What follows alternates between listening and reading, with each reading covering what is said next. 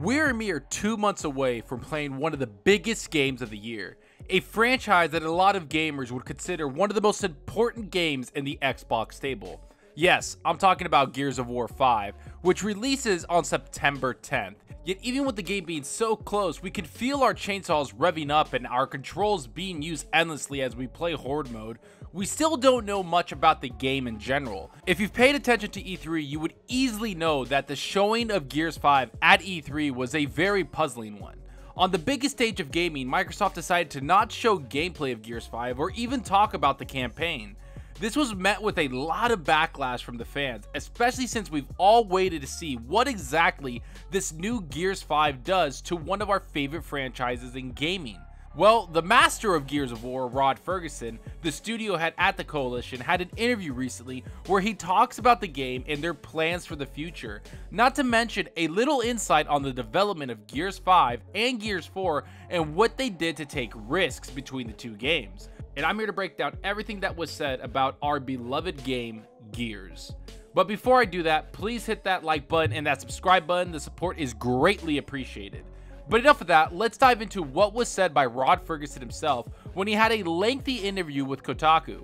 First up was him mentioning Gears 4 and talking about how they didn't want to mess anything up with the game. Considering most of the people on the staff never made a Gears game in their career, Rod Ferguson suggested this by saying this about their development during Gears 4. We really went out going, okay, we're going to stay true to what Gears is and not mess with it too much.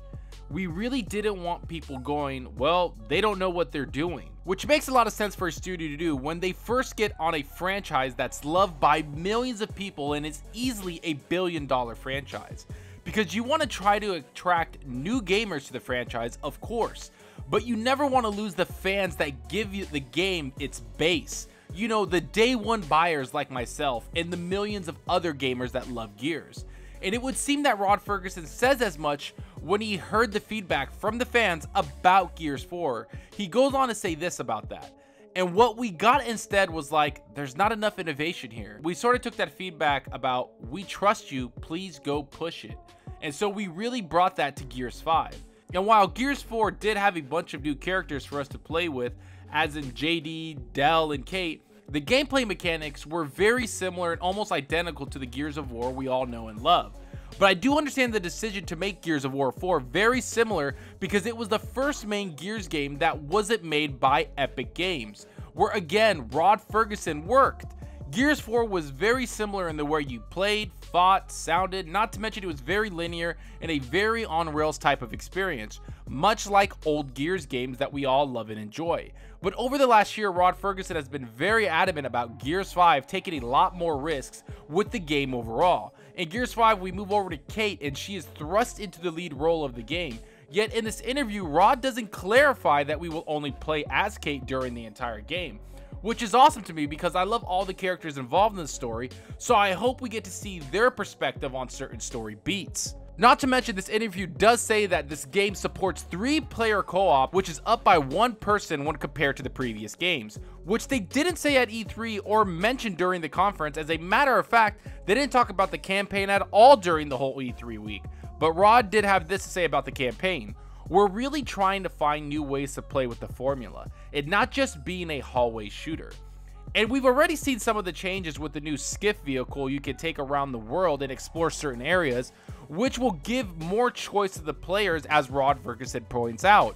And while a cover-based shooting mechanic is the most important aspect of the game, like all Gears games should be, Rod does say there will be more options for close quarter combat, and one of the biggest changes is that you won't take down enemies with your chainsaw with the B button, but instead you will be holding the right bumper, which will allow you to turn the game's camera around while you destroy enemies. I actually love this change because after playing AC Odyssey and a bunch of other cool melee focused games, I've grown accustomed to the right bumper being the melee attack. So I'm not too mad about this change. I actually like it and I'm glad they took the risk to do that.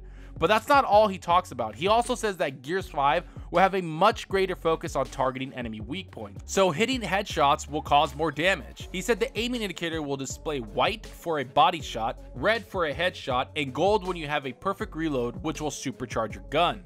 These are awesome additions because I love being able to see how I'm doing while I'm playing the game, and I'm able to adjust my gameplay style on the fly. I always love being able to better myself as I'm playing the game. It really makes me want to be a better gamer and just be more efficient as I'm playing. Which brings me to another addition to the game, which is health bars for the enemies. Something that Rod thinks will change the certain dynamics within the game. You'll be able to see a boss's health and take a necessary risk just to take him down. Now, of course, these health bars can be turned off, but to me they sound like a great addition if it's done right. Because in Horde mode or the new escape mode, I feel that knowing how much damage you do is a big part of getting better. Knowing what gun works best for you, or if you need to get your aim better, I love making progress in my gameplay style. Which brings me to one of the biggest things Rod said during the interview, where he calls Gears 5 not just one game, but basically 5 games in one. He says there's a campaign, Horde mode, PvP multiplayer, and the PvE 3-player escape mode, which is brand new. But also the escape map builder mode, which lets users build their own escape levels using preset rooms, which you can customize and create as you wish and then share them with everyone else online. And Rod says most Gears players play the campaign and usually solo, even though the co-op is massively popular, but then they either focus on Horde mode or PvP mode, which we all know that's the whole point of Gears. It's the longevity is within its multiplayer and its Horde mode because there's great progression systems within both. But that brings me to some of my most criticized moments from the Gears 4 campaign, which was when Horde mode and campaign crossed over with each other. There were multiple times in Gears 4 campaign where you basically played a few waves of Horde mode in the campaign, and a lot of fans found this to be very weird after the first Horde-like encounter. And it would seem that Rod Ferguson saw the disdain for this Horde in the campaign, and those encounters won't be in the campaign for Gears 5. He had this to say about it: "I think it was an interesting experiment, but I think that crossing the streams is not as important to me this time around. And while Horde mode is awesome and one of my favorite parts of Gears of War, I don't want that to be in my campaign. I want it to be saved for that specific mode where I'm able to jump in with my friends and try to get to 50 waves. But this does bring me to the new mode, Escape, which seems to be for gamers that don't have hours to play a Horde mode session. Because as we all know, Horde mode can take up to 2 hours to get done. And that's where Escape is brought in, to last 20 to 30 minutes and is just for 3 players.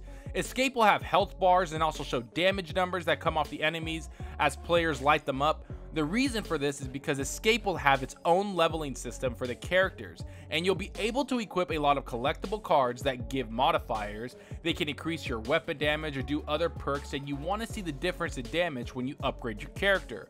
The main escape maps will be made by the Coalition and will be given new ones after the game releases, is what Rod Ferguson says, at a very frequent interval. It's all about competition, it would seem, with Escape, as they will reward players who are in the top X%.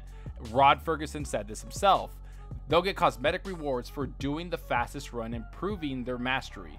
So I shorten it down to get good and then get fast for both bragging rights and cosmetic unlocks. Not to mention all escape modes are about getting better and having the difficulty levels go up, so there will be more enemies or less ammo on the mutations attached to the session. I love this progression system and I could see myself getting lost in the escape mode for hours. But as for what I think about all of this, I have to say it's extremely exciting to see all of this come together, and it does seem that Gears 5 is going to be about 5 games thrown into one, which does add so much value to a game like this. And while Rod and the people at Xbox decided to not show anything about the campaign at E3 this year, I still see a lot of potential with the game. Escape, which is a brand new mode being added, was shown at E3 and was met with a lot of positive feedback from the people that played it, and it seems they haven't even scratched the surface of what the game is. But that's not all that's coming this summer regarding Gears 5. They will have a multiplayer versus mode that will be shown in mid-July, Horde will be shown at Gamescom in August, and finally the campaign will be shown in early September, right at the launch of the game on the 6th. And to me, the campaign is the most important part of the game, because in order for a franchise to really take off, it needs to have memorable characters that players feel attached to. And no matter what people say about Gears, the game has always hit harder with its story than most people want to admit. That's what's amazing about this game. It gives you the cool action and the brutal takedowns with tight gameplay, but the characters and the story attached to it is what brings it all together. And I'm going to leave you with one last Rod Ferguson quote about the campaign. He says this about the story, which gets me extremely excited. The story we are writing for Gears 5 was really Kate's journey of discovery. If you're going to have a character who's going to go through something, you want to be that character when you go through it.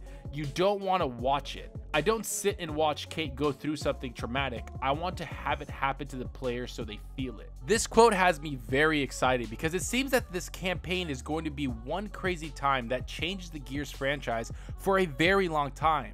But let me know what you guys think. Is Gears 5 a game you're looking forward to? Are you excited for all the modes in the game? Is Escape a mode you're looking forward to? Do you wish we knew more about the campaign?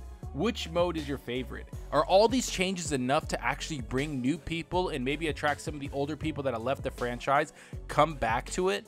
Go down below and let me know. And I hope you enjoyed the video, and if you did, please hit that subscribe button and that like button. Any support helps the channel out more than you know. And you can also follow me on Twitter at Zalker87. I'm always on there talking games and sharing my videos. Also follow me on Twitch. The link will be in the description. If you want to hang out and chat with me, I'm very active with my chat and always playing games. I'll hope to see you guys there. And that's all for now. Thanks for watching, and until next time, remember, enjoy your gaming. Later.